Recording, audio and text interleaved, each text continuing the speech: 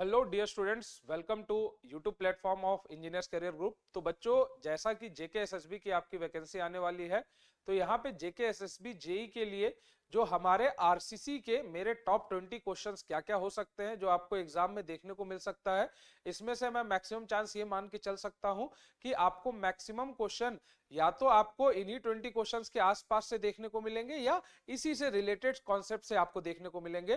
तो बच्चों, इस वीडियो के अंत तक बने रहिएगा। यहाँ पे मैं आपको 20 क्वेश्चंस, मेरे टॉप 20 क्वेश्चंस, उसके मैं आपको सॉल्यूशंस दूंगा और उससे रिलेटेड और क्या क्या चीजें वो पूछ सकता है, क्या क्या कॉन्सेप्ट्स वहां पे क्वेश्चन में बन सकते हैं, वो सारी चीजों की हम लोग यहाँ पे बात करेंगे। तो आप लोग इस वीडियो को मैक्सिमम जितना से जितना हो सके शेयर कीजिएगा और आप इसको लाइक करो, शेयर करो और इस चैनल को जरूर सब्सक्राइब कीजिएगा। तो चलो बच्चों, जैसा कि आप देख सकते हो यहाँ पे मैंने कुछ क्वेश्चंस लिए हैं। मोस्टली आपके जो 20 क्वेश्चंस हैं किस तरीके से पूछे जा सकते हैं, क्या कॉन्सेप्ट वो यहाँ पे यूज कर सकता है, वो सारी चीजों की हम लोग यहाँ पे बात करेंगे। तो आज हम लोग यहाँ पे आरसीसी के टॉप 20 क्वेश्चंस को डिस्कस करेंगे। तो स्टार्ट करते हैं बच्चों फर्स्ट क्वेश्चन से। तो स्टार्ट करते हैं फर्स्ट क्वेश्चन से। फर्स्ट क्वेश्चन क्या है हमारा? Minimum grade of concrete to be used for pre and post tension prestressed concrete construction are. तो वो आपसे ये पूछना चाह रहा है कि मिनिमम ग्रेड ऑफ कंक्रीट आप कितना यूज करोगे pre tensioning and post tensioning में। तो प्री टेंशनिंग के केस में कितना यूज होगा, पोस्ट टेंशनिंग के केस में मतलब इससे नीचे का ग्रेड आप यूज नहीं कर सकते, तो मिनिमम ग्रेड कितना होगा। तो बच्चों, जैसा कि आप लोग जानते थे, प्री टेंशनिंग में जो मिनिमम ग्रेड होता था वो M40 होता था, पोस्ट टेंशनिंग में जो मिनिमम ग्रेड होता था वो M30 होता था। तो यहां से जो फर्स्ट क्वेश्चन का हमारा आंसर हो जाएगा वो हो जाएगा डी। तो प्री टेंशनिंग के लिए M40, पोस्ट टेंशनिंग के लिए M30। सर प्री टेंशनिंग में हम बढ़ा क्यों देते थे? सर प्री टेंशनिंग में हम इसलिए बढ़ा देते थे क्योंकि हमें ज्यादा बॉन्ड स्ट्रेस की रिक्वायरमेंट होती थी। प्री टेंशनिंग के केस में जितना भी प्री स्ट्रेसिंग फोर्स ट्रांसफर होता था वो सारा का सारा बॉन्ड मैकेनिज्म से ट्रांसफर होता था, और जैसे ही आप ग्रेड ऑफ कंक्रीट बढ़ाओगे बॉन्ड स्ट्रेंथ जो है वो बढ़ जाती थी। इसीलिए वहां पे आप देख सकते हो बॉन्ड ट्रांसफर मैकेनिज्म के कारण वहां पे हम M40 कंसीडर करते हैं और प्री पोस्ट टेंशनिंग के केस में हम कितना कंसीडर करेंगे? M30। सो आपको ये क्वेश्चन क्लियर होगा। तो इसका याद रखिएगा, बहुत बार वो ऐसा भी कर सकता है पोस्ट को प्री बना दे, प्री को पोस्ट। तो अगर जैसे मान लो क्वेश्चन में पहले पोस्ट दे दिया तो वहां पे फिर सॉल्यूशन जो है वो चेंज हो जाएगा। इस चीज का ध्यान रखिएगा। तो प्री टेंशनिंग पोस्ट टेंशनिंग से फर्स्ट क्वेश्चन जो बनता है किसी भी एग्जाम में वो ये फिक्स बनता है। दूसरे जो भी क्वेश्चंस होंगे हम लोग उसकी भी आगे अभी बात करेंगे। तो ये था आपके फर्स्ट क्वेश्चन का आंसर। चलते हैं बेटा सेकंड क्वेश्चन पे। देखो सेकंड क्वेश्चन क्या बोल रहा है? A simply supported beam is required to carry a load for 23 kilonewton per meter, including self weight over an effective span of 6 meter. The beam shall be designed for a factored bending moment in limit state method of। तो वो आपसे पूछना चाह रहा है कि अगर मैं इस बीम को डिजाइन करूंगा तो आपका फैक्टर्ड बेंडिंग मोमेंट कितना होना चाहिए। ऑब्वियस सी बात है, to carry a load of 23 kilo Newton metre. 23 kilo Newton अगर पर मीटर वो बोल रहा है, मतलब कहीं ना कहीं कैसा लोड है बेटा? यूडीएल लोड है। अगर यूडीएल लोड है तो मुझे पता है जो बेंडिंग मोमेंट अल्टीमेट होगा, जो bending moment ultimate we are to find out, वो क्या हो जाएगा? W जो फैक्टर्ड होगा आपका या जो अल्टीमेट लोड होगा इनटू L इफेक्टिव का स्क्वायर डिवाइडेड बाय 8 हम कंसीडर कर लेंगे। तो W जो आप यहाँ पे कंसीडर करोगे डिवाइडेड बाय क्या हो जाएगा? 8 हो जाएगा। Give me 1 minute. तो यहाँ पे क्या हो जाएगा? इसको एक सेकंड देना।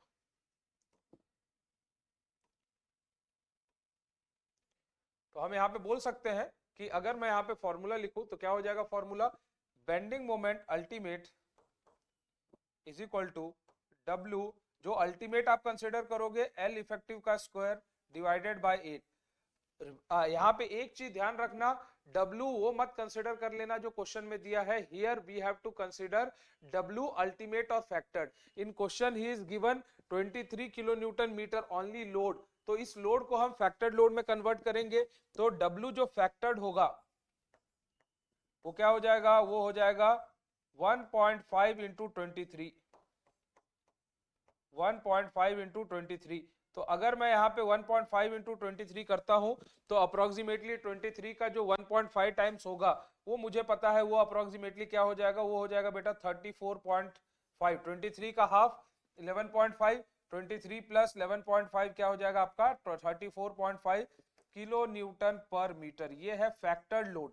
Once we got factored load, हम बेंडिंग मोमेंट अल्टीमेट निकाल सकते हैं। W फैक्टर्ड क्या हो जाएगा 34.5 into L effective, how much he has given, see in question he has given 6 meter, so bending moment ultimate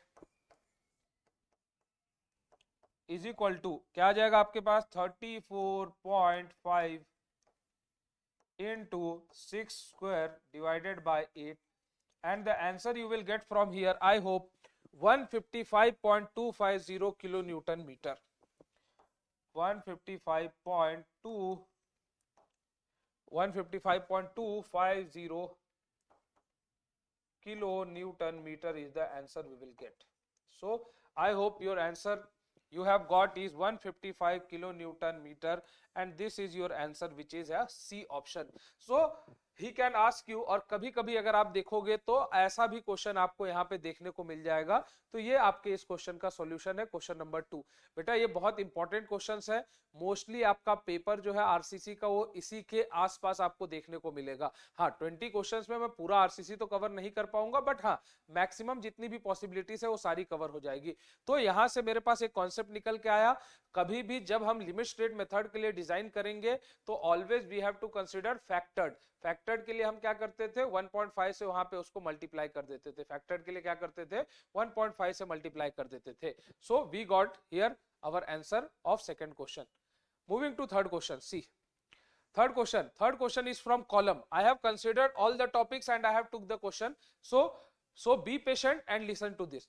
The limits of percentage P of the longitudinal reinforcement in column as per IS code, जो longitudinal reinforcement आप column में provide करोगे, we are talking about this reinforcement. See, if this is your column, along the length the reinforcement, this is known as longitudinal reinforcement. along the length जो आपकी reinforcement चलती है उसको हम लोग क्या बोलते हैं, longitudinal reinforcement. जब भी बात होगी longitudinal reinforcement की परसेंटेज की, your code suggest 0.8% to 6%, but generally we will limit up to 4% only.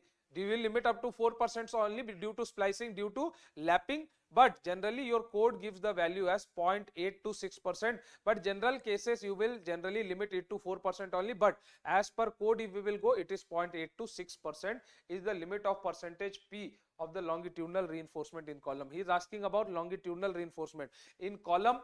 This is known as lateral reinforcement, or ties also you can say, or spirally reinforced also you can say. So remember this is your third question.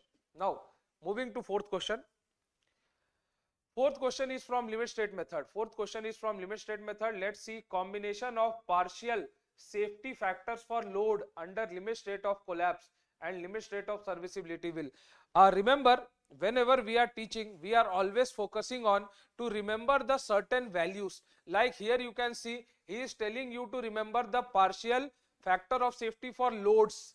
Partial factor of safety, see design load, characteristic load. When we have taught you design load, characteristic load, after that there is one table. In that table, factor of safety for limit state of collapse and limit state of serviceability both are given.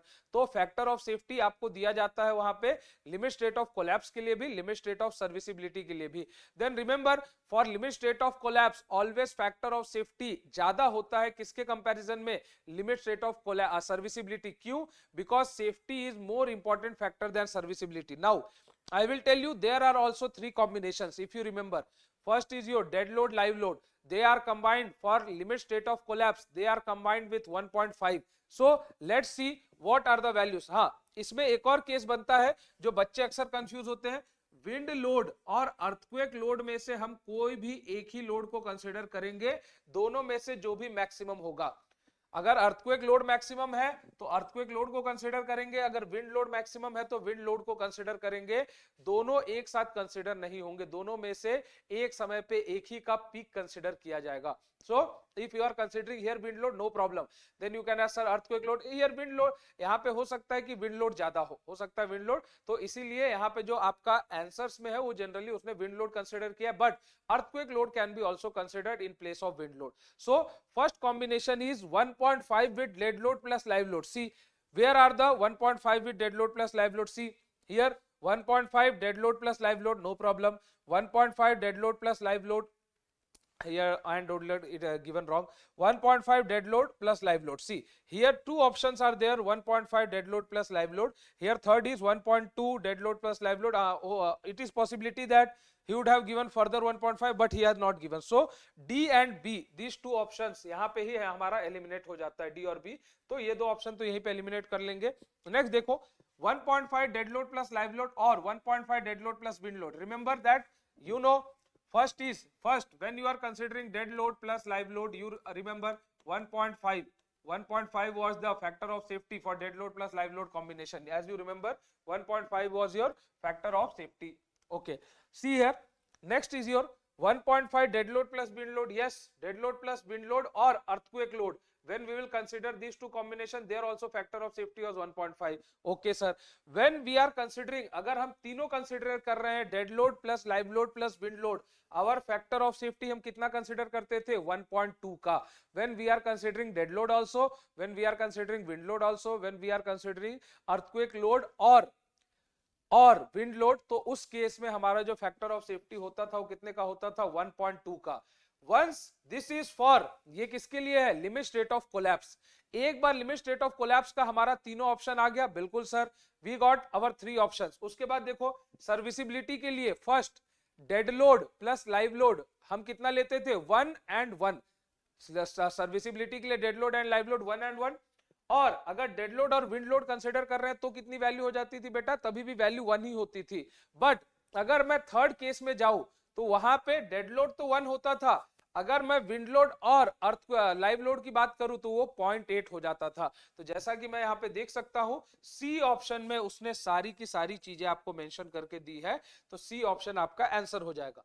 अब एक और question जो आपको यहां से पूछा जा सकता है वो आपको मोमेंट्स की या लोड की वैल्यूज पूछ सकता है. तो यहां से तीनों अगर कोलैप्स के लिए पूछे, तीनों में से जो भी मैक्सिमम निकल के आएगा वो कॉम्बिनेशन के लिए मेरा मेंबर डिजाइन होगा, वो कॉम्बिनेशंस के लिए मेरा मेंबर यहाँ पे डिजाइन होगा. तो आई होप आपको ये क्वेश्चन समझ में आया हो. इसके वैल्यूज याद करके जाइएगा पेपर में, क्योंकि वहां से फिक्स है कि आपको यहाँ से एक क्वेश्चन वो बना के देगा. कैरेक्टरिस्टिक लोड क्या होती है, डिजाइन लोड क्या होती है. एक और क्वेश्चन जो यहाँ से बन सकता है वो प्रोबेबिलिटी ऑफ फेलियर का भी बनता है कि किस लोड में किस स्ट्रेंथ में वो फेल कर सकता है. So C will be your answer. Let's move further. Next question is from working stress method. I hope if sigma CBC is permissible compressive stress in flexural compression. Yes, in flexural compression what is the value of stress sigma CBC? If sigma CBC is the compressive stress in flexural compression in Newton per mm square, in service the modular ratio is of the order, as you know modular ratio हम कितना लिखते थे 280/3 sigma CBC. फिर से one of the most important question, you always have to remember this value of sigma CBC because he will always ask you in WSM. the most asked frequent question यही है आपका क्या, modular ratio. तो WSM में जो सबसे ज्यादा frequent question आपको पूछा जाएगा बच्चों क्या है आपका modular ratio. So answer will be your A 280/sigma CBC. sigma CBC is what, permissible stress in flexural compression. Sigma CBC is permissible stress in flexural compression. You can also remember the values. You can also, because there is maximum chance he will not give you the values, so you have to remember that values also. From the table remember that values also. In class I have told you the shortcut also, so you can remember from there in table, but always आपको values याद रखना पड़ेगा, क्योंकि अगर वो दे देता है बहुत बढ़िया, नहीं देता है तो हम वैल्यूज को याद रख लेंगे, कोई दिक्कत नहीं. हाँ, he will give you grade of concrete. The values differ as per grade of concrete. तो आपको grade of concrete दिया जाएगा, उसके हिसाब से वैल्यू डिफर हो जाएगा. ओके, नेक्स्ट सी अगला क्वेश्चन है हमारे लिए, which one of the following is the correct expression for the target mean strength of concrete mix. फिर से टारगेट मीन स्ट्रेंथ की बात कर रहा है. Target mean strength, characteristic compressive strength, ये दो चीजें आपके दिमाग में पैरेलली चलनी चाहिए. Target mean strength, characteristic compressive strength. We know the graph was somewhat like this sir. We have studied, हमने ये ग्राफ पढ़ा है. ये ग्राफ आपका कुछ इस तरीके से होता था. अगर आप देखोगे तो ये ग्राफ कुछ इस तरीके से होता था. ये था मेरा FT, टारगेट मीन स्ट्रेंथ. ये था आपका FCK क्या होता था, वो स्ट्रेंथ जिससे कम सिर्फ 5% ही टेस्ट रिजल्ट्स गिरने चाहिए. That strength below which only 5% test result should fall. So इसके नीचे अगर आप देखोगे तो ओनली 5% टेस्ट रिजल्ट है. इससे ऊपर कितना है, इससे ऊपर 95% है. So this value was used to be KS. K S आपका स्टैंडर्ड डिविएशन है, के आपका फैक्टर है, तो this value was used to be K into S, this value was used to be K into S. K value for 5% was considered to be as 1.65. So from here if we say ft, he is asking ft is equal to ks plus fck. So ft will be equal to what we can see here, fck plus ks, k into fck not, fck plus as not, this one. So this will be the expression for correct ft is equal to fck plus ks. So ये question को भी याद रख के जाइएगा, क्योंकि generally यहां से भी आपको एक क्वेश्चन फिक्स देखने को मिलेगा, इस कॉन्सेप्ट से भी एक क्वेश्चन फिक्स देखने को मिलेगा. Coming to 7th question, he is asking now this is the question from limit state of method. Generally limit state of method mostly आपको मैक्सिमम नंबर ऑफ क्वेश्चन देखने को मिलेंगे. The maximum strain in the tension reinforcement in the section at failure when designed for limit state of collapse should be. So वो आपसे पूछ रहा है कि मैक्सिमम स्ट्रेन कितना होना चाहिए in tension reinforcement eight the time of collapse in the limit state, failure के टाइम पे कितना होना चाहिए. सो वी ऑलवेज नो, हमें पता है कि sir limit state of collapse के अंदर जो मैक्सिमम स्ट्रेन होगा वो आपके स्टील में किससे ज्यादा होना चाहिए, should be greater than 0.002 plus 0.87 Fy by ES. इससे हमेशा क्या होना चाहिए, ज्यादा होना चाहिए, इससे कम नहीं होना चाहिए. Any option C. He can see 0.87 Fy he have not given, but he have given Fy by 1.15. No problem.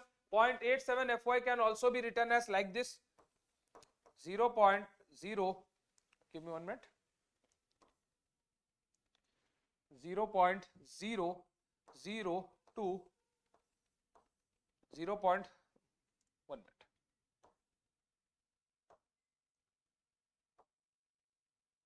0.02 plus Fy divided by 0.87 Fy can be written as Fy divided by 1.15 ES. So same is the answer, nothing change. So A will be your answer. A will be your answer. So strain should be greater than this value at the time of failure. So remember this, strain should be greater than this value. So A is your answer. Now coming to next question. As per IS 456-2000, the maximum permissible shear stress tau c max is based on. Always remember, everyone will tell you, याद करो tau c की value. tau c is the design strength for shear without considering shear reinforcement. tau c हम तब consider करते हैं जब हमने shear reinforcement नहीं माना है, बट आपको पूछा जा रहा है tau c max किसको कंसिडर करके लिया जाता है. So remember the concept, tau c max की जब भी हम बात करते हैं वो होता था डायगोनल कंप्रेशन फेलियर के लिए, because due to tau c on one diagonal there is tension. एक डायगोनल पे टेंशन है, एक डायगोनल पे कंप्रेशन है. सी टेंशन से बचने के लिए तो आपने शेयर रीइंफोर्समेंट दे दिया, बट कंप्रेशन से बचने के लिए व्हाट, टेंशन बढ़ रहा है, शेयर रीइंफोर्समेंट आप बढ़ाते जाओगे, स्टिरअप बढ़ाते जाओगे, बट कंप्रेशन से बचने के लिए हमारे पास वहां पे कुछ भी नहीं है ना. सो एक समय क्या होगा, आप शेयर से तो उसको सेव करवा रहे हो टेंशन से, बट इन कंप्रेशन वो आपका फेल हो जाएगा. इसीलिए tau c मैक्स की लिमिट लगाई गई है कि आपका शेयर स्ट्रेस इससे ज्यादा नहीं होना चाहिए. तो इसको किसको कंसिडर करके लगाया गया है, डायगोनल कंप्रेशन फेलियर को कंसिडर करके ये लिमिट लगाई गई है माय फ्रेंड. ओके, तो डायगोनल कंप्रेशन फेलियर को कंसिडर करके ये लिमिट लगाया गया है. ठीक है, चले आगे.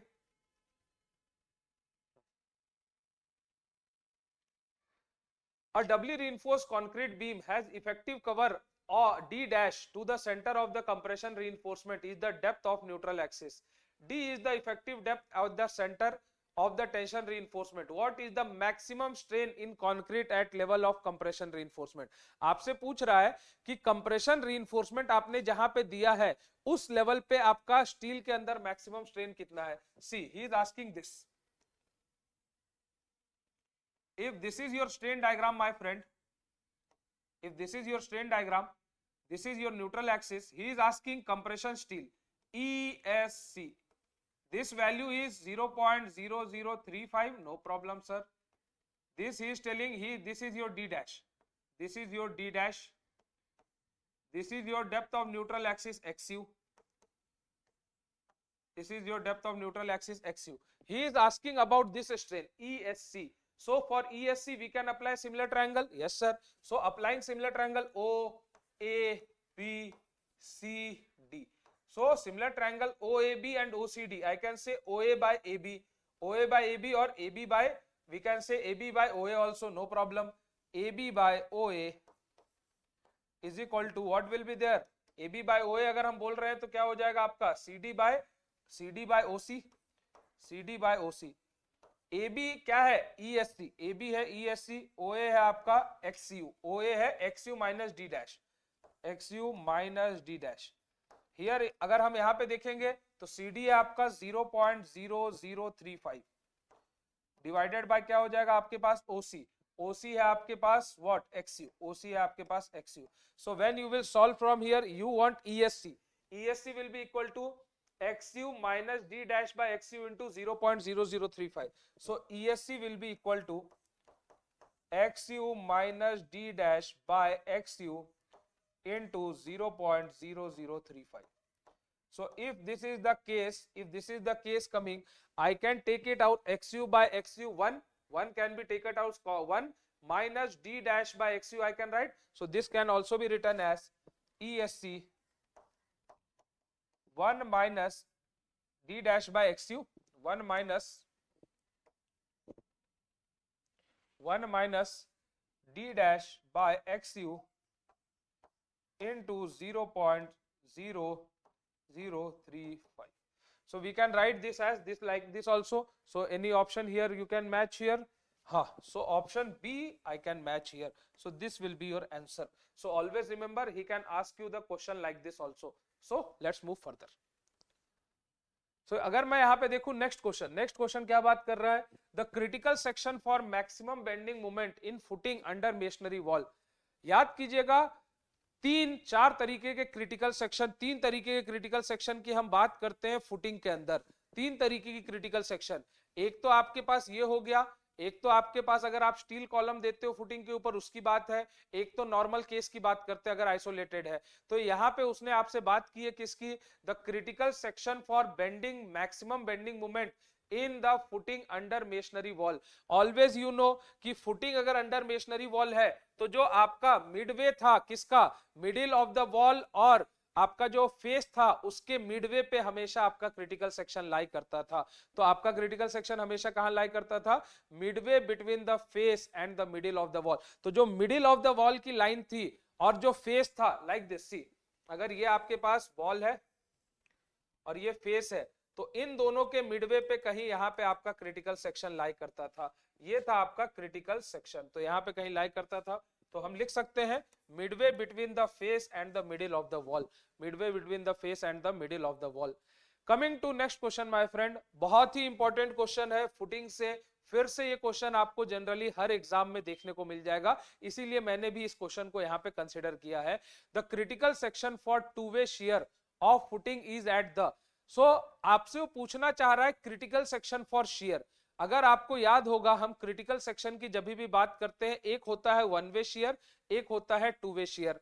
एक होता है आपके पास वन वे शेयर, एक होता है आपके पास टू वे शेयर. अगर मैं टू वे शेयर की बात करूं तो जरा आप लोग सोच के बताना कि क्रिटिकल सेक्शन कहां पे लाई करेगा. वन वे शेयर के केस में तो डिस्टेंस डी हो जाता था फेस ऑफ द कॉलम से. टू वे शेयर के केस में क्या हो जाएगा? टू वे शेयर के केस में distance d by 2 from the column face. To way shear के केस में क्या हो जाएगा? Distance d by 2 from the column face हो जाता था. अगर आपको याद होगा तो टू वे शेयर के केस में इसको एक और नाम से जानते थे, वो आपसे एक और नाम से पूछ सकता है, punching share failure. Punching share failure भी इसी को बोला जाता है, याद रखिएगा. पंचिंग शेयर फेलियर भी इसी को बोला जाता है बिकॉज आपका जो फुटिंग है वो पंच करके बाहर आ सकता है, या आपका कॉलम जो है फुटिंग के अंदर पंच कर सकता है. इसीलिए इसका एक और नाम क्या था? इसका एक और नाम था पंचिंग शेयर फेलियर. तो डिस्टेंस क्या हो जाएगा? d by 2 from the column face. So always remember, ये क्वेश्चन भी आपके लिए one of the most important question है. जनरली आपको फुटिंग से ये दो तरीके के जनरली क्वेश्चन देखने को मिलते हैं. सो आई होप ये चीज आपको हमेशा याद रहेगी. आई होप ये चीज. और अगर वो आपसे पूछता है वन वे शेयर का case, so always remember, one way shear के केस में क्या हो जाएगा? डिस्टेंस d हो जाएगा from the column face. So let's move further. Next question पे आते हैं. Which one of the following system of pre stressing is suitable for pre tension member? See, pre stressing, pre tension member के लिए इनमें से कौन सा method suitable है? लॉन्ग लाइन मेथड या हॉर्स मेथड, क्योंकि बाकी जो तीनों मेथड मुझे यहाँ पे दिख रहे हैं ये तीनों पोस्ट टेंशनिंग के लिए है। ये भी पोस्ट के लिए होता है, एंकरेज करने का एक मेथड है। फ्रेसिनेट ये भी आपका पोस्ट टेंशनिंग का है। मैग्नल ब्लेटन ये भी आपका पोस्ट टेंशनिंग का है। गिफॉर्ड यूडॉल। तो यहाँ पे एक ही मेथड बचता है हॉयर सिस्टम, जो आपका जनरली प्री टेंशनिंग में यूज किया जाता है। इसको लॉन्ग लाइन मेथड भी बोलते हैं। रेलवे स्लीपर्स हो गए, इलेक्ट्रिक पोल्स हो गए, जो पार्क में आपके बेंचेस होते हैं, ये सारी चीजें इसी मेथड से बनाई जाती है। तो इसको क्या बोला जाता है, हॉयर सिस्टम या लॉन्ग लाइन मेथड भी बोल सकते हैं। प्री स्ट्रेसिंग का, प्री टेंशनिंग का यही एक तरीका होता है बनाने का मेंबर्स। ओके, नेक्स्ट देखिए, ये भी आपका प्री स्ट्रेस से ही क्वेश्चन है। प्री स्ट्रेस से जनरली ऐसे ही क्वेश्चन आपको मिलेंगे। The profile of the centroid of the tendon is parabolic with a central dip H. तो आपका जो प्रोफाइल है टेंडन का वो पैराबोलिक है, जिसमें सेंट्रल डिप क्या है, एच, लाइक दिस। ये आपका टेंडन का प्रोफाइल जो है पैराबोलिक है, इसमें सेंट्रल डिप आपका क्या है, एच है। Effective pre stressing force is P and span L. What is the equivalent upward acting uniform load. वो आपसे equivalent upward acting uniform load के बारे में पूछ रहा है। अगर आपको लोड बैलेंसिंग का कॉन्सेप्ट याद होगा, जब हम किसी भी, अगर कोई भी सेक्शन के अंदर वैरिंग इसेंट्रिसिटी पे केबल है, तो लोड बैलेंसिंग की मेथड से जब हम एनालिसिस करते हैं, तो पैराबोलिक केबल प्रोफाइल के लिए जो इक्विवेलेंट अपवर्ड फोर्स होता था वो क्या होता था, वो होता था 8ph बाय एल स्क्वायर और 8h into P by L square. So यहाँ पे भी डायरेक्ट आप याद रख सकते हो। तो equivalent upward acting uniform load होता था 8h bye L square. So remember directly. So answer आपका क्या हो जाएगा, 8h बाय एल स्क्वायर हो जाएगा। सो 8h बाय एल स्क्वायर हो जाएगा आपका आंसर। सो आई होप आपको ये क्वेश्चन समझ में आया होगा।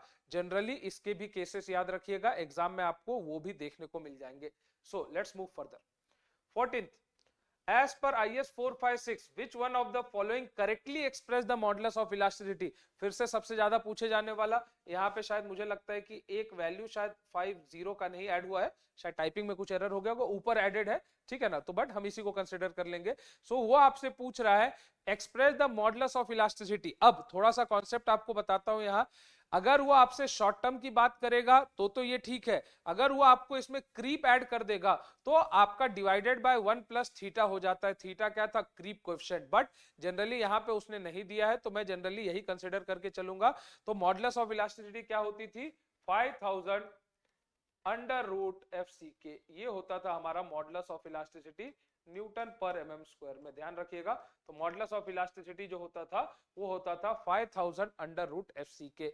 तो हमारा यहाँ पे दिख रहा है आंसर क्या हो जाएगा, बी हो जाएगा, 5000 अंडर रूट एफ सी के एज पर IS 456/2000। तो मॉडुलस ऑफ इलास्टिसिटी क्या होती थी, 5000 अंडर रूट एफ सी के हो जाती थी। तो जनरली एफसीके क्या है, कैरेक्टरिस्टिक कंप्रेसिव स्ट्रेंथ। तो उस चीज को भी याद रखिएगा, बहुत बार आपको वैल्यूज पुट करवा के भी वो क्वेश्चन पूछ सकता है। दो और मॉडुलस ऑफ इलास्टिसिटी की हम बात करते थे, इनिशियल टेंजेंट होता था, एक आपके पास टेंजेंट मॉडुलस ऑफ इलास्टिसिटी। ये कौन सा modulus of elasticity, second modulus of elasticity. Initial tangent modulus मतलब जो ओरिजिन से हम स्लोप लेते थे, टेंजेंट मतलब किसी भी पॉइंट से ले लो, सेकेंड मतलब जितना अल्टीमेट लोड था उसका 1/3 और वहां से ओरिजिन तक जो आपके पास स्लोप होता था वो था second modulus of elasticity. Let's move further. Side face reinforcement, one of the most important question from beam.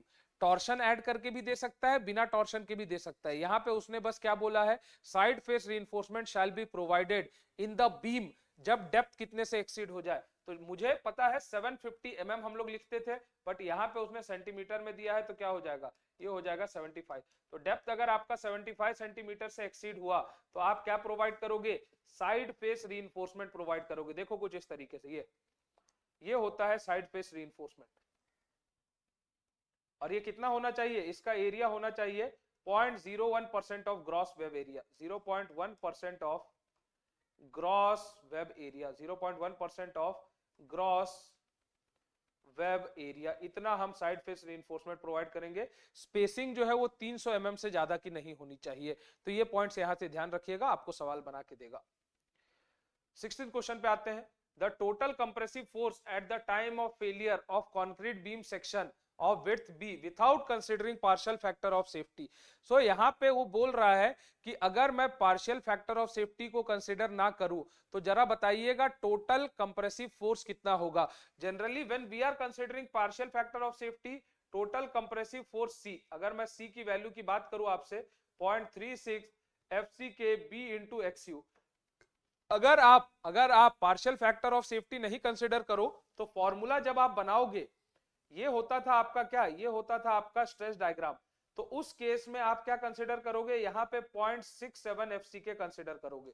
यहाँ पे कितना कंसिडर करोगे, 0.45 FCK की जगह 0.67 FCK कंसिडर करोगे। Then you will solve once again. अगर आप वो भी नहीं कर रहे हो तो देखो 0.36 है कब, जब मैंने 1.5 कंसिडर किया, मुझे 1.5 हटाना है, मल्टीप्लाई कर देता हूं 0.36 इंटू 1.5, 0.36 कितना होगा आपका 0.18 को अगर ऐड करोगे 0.54 FCK into B into XU। तो अगर आप डायरेक्ट सॉल्व करोगे तो भी आपको यही निकल के आएगा, बट एग्जाम में अगर मैं डायरेक्ट नहीं सॉल्व करूं, यहाँ पे 0.36 को 1.5 से मल्टीप्लाई कर दूं, मेरा काम हो जाएगा ना। तो यहाँ पे आपके पास बी आंसर आ गया 0.54 FCK बी इंटू XU। अगर वो partial factor of safety consider करता तो मेरा आंसर हो जाता ए, मेरा आंसर क्या हो जाता, ए हो जाता, but he are not consider. Coming to next question, in limit state of design of concrete for flexure the area of stress block। अब आपसे उसने एरिया ऑफ स्ट्रेस ब्लॉक की बात की है। ध्यान रखिए एरिया ऑफ स्ट्रेस ब्लॉक क्या होता था, दो मिला के दो एरिया होते थे, एक रेक्टेंगुलर एरिया एक पैराबोलिक एरिया। तो यहाँ पे अगर मैं बात करूं एरिया ऑफ स्ट्रेस ब्लॉक की, तो एरिया ऑफ स्ट्रेस ब्लॉक होता था हमारा C is equal to 0.36 into FCK into XU, 0.36 into FCK into XU, ये होता था मेरा एरिया ऑफ स्ट्रेस ब्लॉक। तो आंसर क्या हो जाएगा, आंसर हो जाएगा डी फॉर दिल्ली। तो आंसर हो जाएगा आपके पास D for is Delhi. So limit state of design of concrete for flexure, area of stress block क्या हो जाएगा 0.36 इंटू FCK इंटू XU हो जाएगा। तो यहां से मैंने आपको दो क्वेश्चन करवाए, वो आपसे ये पूछ सकता है, वो आपसे CG के बारे में पूछ सकता है, वो आपसे लिवर आर्म पूछ सकता है कि लिवर आर्म कहां लाई करेगा, लिवर आर्म कितना होगा। एरिया ऑफ स्ट्रेस ब्लॉक का CG क्या हो जाएगा, टॉप से 0.42 XU। So other all aspects भी आपको यहाँ पे उससे पूछे जा सकते हैं, तो इस चीज का भी वहां पे ध्यान रखिएगा। कमिंग टू नेक्स्ट क्वेश्चन, अब लास्ट 3 क्वेश्चन हमारे पास बचे हैं, इसको भी देख लेते हैं क्या बोल रहा है। तो next question is consider the following statement regarding the working stress design in under reinforced section. Working stress design under reinforced section, अब यहाँ पे फॉलोइंग स्टेटमेंट है, इसमें से कौन सा करेक्ट है हमें उसकी बात करनी है। तो पहला बोला है ना neutral axis depth will be greater than of balance, नहीं ऐसा पॉसिबल नहीं है ना। बैलेंस का जो डेप्थ होता है वो हमेशा न्यूट्रल एक्सिस से ज्यादा, क्योंकि ऊपर उसने अंडर रीइंफोर्स कंसीडर किया है, तो बैलेंस का जो डेप्थ होता है हमेशा ज्यादा। देखो अगर if this is for balance, if this is for balance, what will be for neutral axis, see for under reinforcement it will be somewhat like this, for under reinforcement it will be somewhat like this. तो under reinforce अगर ये balance के लिए है तो under reinforce के लिए हमेशा कम होता है, तो first statement is not correct. The stress in steel in tension will reach to its maximum permissible, हाँ आपका जो स्टील के अंदर स्ट्रेस है वो अपने परमिसिबल पे कंक्रीट से पहले पहुंचेगा, यही तो अंडर रीइंफोर्स होता था।